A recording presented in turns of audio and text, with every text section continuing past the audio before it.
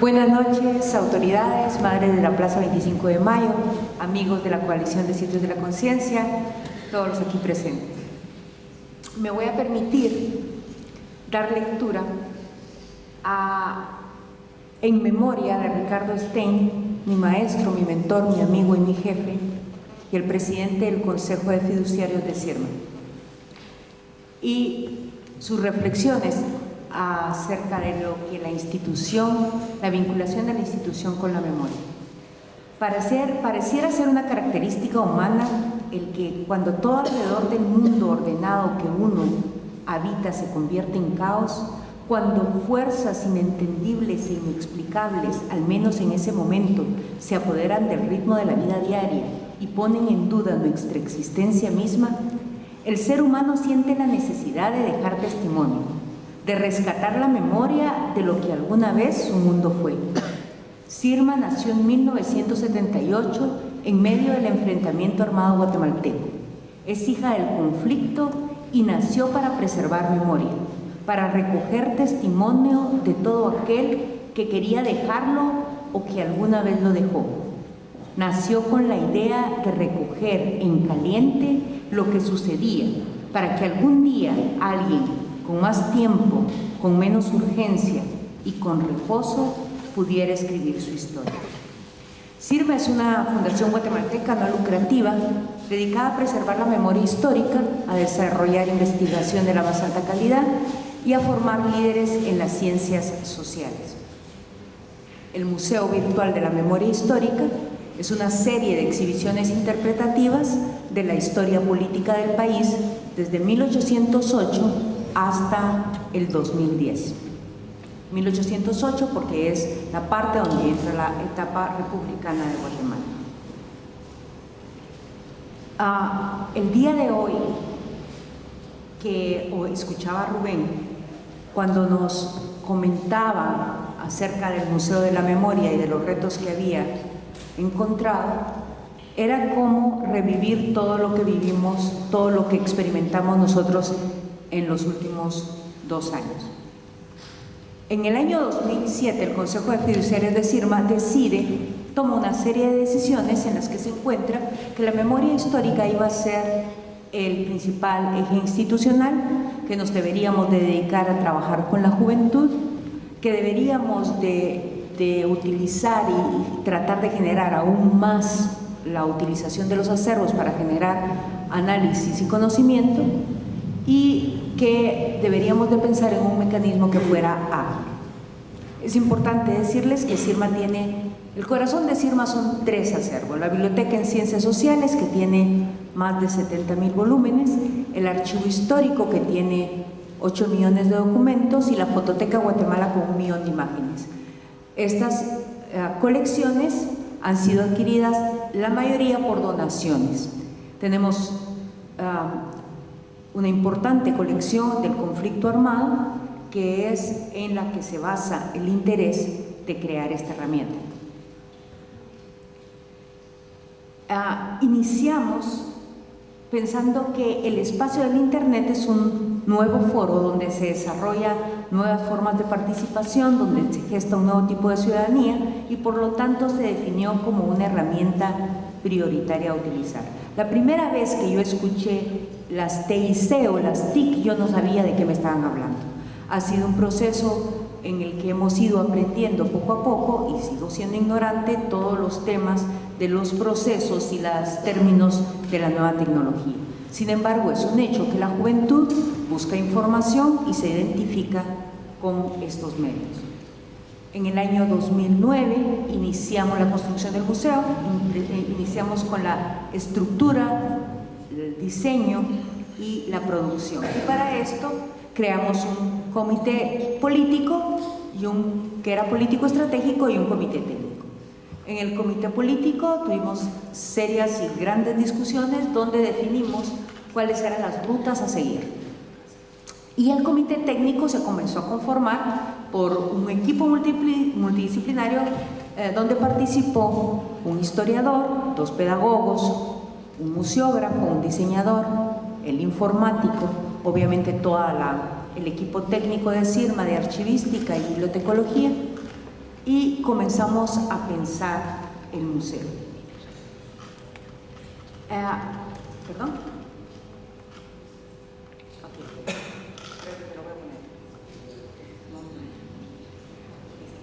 Bien.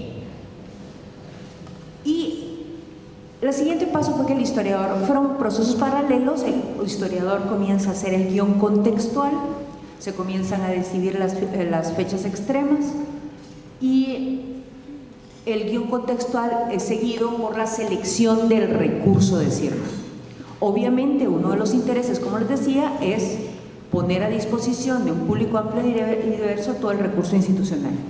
Ahí nos damos cuenta que el recurso de CIRMA en algunos de los hitos no era suficiente y comenzamos a pensar en las alianzas y coordinaciones estratégicas. Es importante también decirles que otro de los principios establecidos en el año 2007 fue priorizar las alianzas estratégicas interinstitucionales y afirmar que no somos dueños de la verdad. El museo virtual realmente es una herramienta colaborativa de construcción permanente. Cuando vimos ya la primera exhibición, realmente nos asustó terriblemente porque cuando nos damos cuenta esto era un barril sin fondo. No había forma de terminarlo, de llenarlo para que quedáramos satisfechos. Siempre había algo más. Después de que el historiador había seleccionado la información y habíamos hecho las coordinaciones pertinentes con otras instituciones, nos damos cuenta que hay una gran cantidad de organizaciones de derechos humanos que trabajan en el país que querían donarnos o prestarnos sus archivos porque consideraban que era de una u otra manera poderlo poner con una visión menos política para un público más amplio. Posterior al tema histórico, al guión histórico, iniciamos toda la parte del diseño, paralelamente el diseño y la programación, y contactamos para esto a Calo Galife, un ecuatoriano extraordinario con una creatividad que desborda. Les voy a hacer un recorrido por el museo para que ustedes tengan idea de qué es lo que va a ser la primera exhibición interpretativa de la etapa histórica de 1944 a 1996. No les voy a decir, como los colegas de Paraguay, síganlo porque no va a estar publicado, o sea, hasta el mes de octubre. Iniciamos con la época del 44 al 96 porque es una etapa complicada para nuestra historia. Desde la Revolución de Octubre de nuestro país, el conflicto armado interno y la firma de la paz. No hay audio, ¿cierto?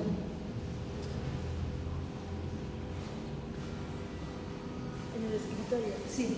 No sé si logran escuchar. El museo abre con un poema musicalizado de José Martí, que es consideramos el poeta más importante del siglo XIX en Centroamérica. Es un poema hermosísimo que fue musicalizado por el Grupo Pacaya, un grupo de guatemaltecos y extranjeros lo hicieron para dar ánimo a Guatemala después de la tormenta Ágata del año pasado. Al entrar al museo tenemos la línea de tiempo. De esto es adicional a la línea de tiempo también un buscador. Tenemos quiénes somos, el mapa del sitio, la forma de contactar y los recursos que se pueden encontrar. Es importante decirles que ustedes se van a dar cuenta que alrededor de todo el museo hay diferentes ventanas donde poder llegar a los recursos. Es también importante comentarles que se decidió que el grupo objetivo prioritario de la herramienta iban a ser los jóvenes. Y en este sentido teníamos que generar posibilidades de llamarle la atención a una juventud que realmente no tiene ganas de aprender historia y que es absoluta y totalmente apática a este tema. Las etapas, el museo está dividido en etapas, subetapas, periodos e hitos. Iniciamos con una presentación. No lo voy a hacer. Bien. Al entrar inicialmente a la primera etapa, nos lleva a la subetapa: revoluciones, contrarrevoluciones y el fracaso de la política. En esta parte va a estar un cintillo con todos los nombres de las víctimas del conflicto armado que están recogidos en el informe de la Comisión de Esclarecimiento Histórico y en el informe de la recuperación de la memoria histórica también del Arzobispado guatemalteco. Al entrar a la etapa podemos encontrar en la parte de abajo todos los periodos que corresponden a esta etapa. Al entrar al primer periodo podemos ver que aquí aparece ya el primer guión contextual. Quería dejar para último poderles compartir todos los retos y problemas que enfrentamos, pero llegar a esto ha sido una tarea titánica. El poder llegar a complementar las ideas creativas de un diseñador y museógrafo con las ideas más cuadradas y limitantes de un ingeniero en sistemas fue algo horrible. Habían discusiones permanentes y en lo que Galo cada vez tenía más ideas, Sergio cada vez las reducía más. Y déjenme decirles que incluso ya habiendo pasado un año, tuvimos que cambiar al informático para poder hacer esto algo más atractivo. A diferencia de los colegas del Museo de la Memoria, a nosotros el Greenstone no nos sirvió. Tuvimos que cambiar todas las bases de datos para que fueran compatibles con esta plataforma. Realmente eso fue una odisea. Llegamos luego. Otro problema que enfrentamos es que para todos los respetables historiadores, la forma de redactar de un historiador es algo complicada. Entonces, la otra gran reto era cómo hacer que mi querido colega historiador pudiera poner algo más digerido, porque los jóvenes no lo iban a entender de una forma fácil. Entramos y de la etapa, la subetapa, el periodo, entramos al hito. Donde se encuentran todos los recursos del museo es en el hito. Si ustedes se dan cuenta, los títulos no obedecen a la historia oficial. Primavera Nacional, Otoño del Patriarca, la Constitución sobre la mesa, 1944, cómo se refunda un país, brotes de maíz, brotes de violencia, escenario cálido en una guerra fría, en fin. Definir los títulos también fue otro proceso y hemos generado una discusión importante. ¿Qué queremos con el museo? Generar análisis crítico, conocimiento y análisis crítico. Y se me olvidaba decirles que otro de los grandes retos fue el nombre. El museo se llama Guatemala Memoria Viva, una historia para cambiar la historia. Cuando validamos el nombre con los jóvenes nos decían que eso les daba sentido de ir adelante, eso les daba el sentido que algo se podía cambiar. Cuando validamos el nombre con los maestros nos dijeron, eso no puede ser, hay una historia y la historia no se cambia. Nos quedamos con la opinión de los jóvenes y lo dejamos como lo habíamos planeado. Adicionalmente a eso, estos temas, estos títulos generaron otra discusión. Nos decían, estos títulos son muy de izquierda, otros nos decían, estos títulos son muy de derecha, y CIRMA pretende tener información de todos los espectros del pensamiento político, de todas las miradas, para efectivamente poder dar este recurso que genere la suficiente información que haga a la gente, a los jóvenes principalmente, pensar.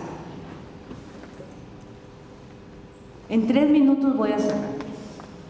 Bien, ustedes entran aquí por los recursos, pueden entrar, estos son los hitos, pueden pasar al siguiente hito o pueden pasar al anterior.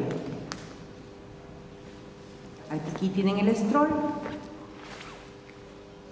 para poder ir viendo el tema, el guión contextual.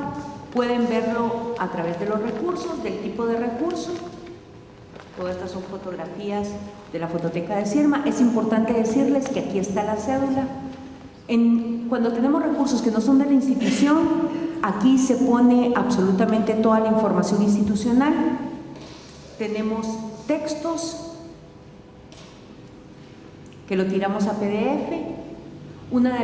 Otro de los retos que tuvimos fue que, por ejemplo, en el caso de los videos, que no los vamos a encontrar ahora porque tuvimos problemas, al principio funcionaba muy bien, conforme lo fuimos cargando no funcionaba. Entonces me dice el diseñador, me pediste un museo, no una biblioteca. Entonces eso implicó reducir a 3 minutos los videos y después tirarlos a YouTube. Tenemos un glosario, el glosario con cada uno de las definiciones que entran dentro del hito. Tenemos lecturas, que también lo puedes hablar a nivel de PDF, testimonios, personajes, o sea, se puede entrar por el tipo de recurso o por el recurso mismo. Y finalmente, ya termino. Y finalmente, les quería mostrar que en esta parte de acá vamos a encontrar otra serie de recursos: galería de la historia, testigos, lecturas claves, recursos para enseñar, cine con texto, voces y conexiones, la máquina del tiempo, que será una maravilla dentro de unos 3 años porque es complicadísima, comentarios y sugerencias. Es importante que ya formamos la primera comunidad virtual.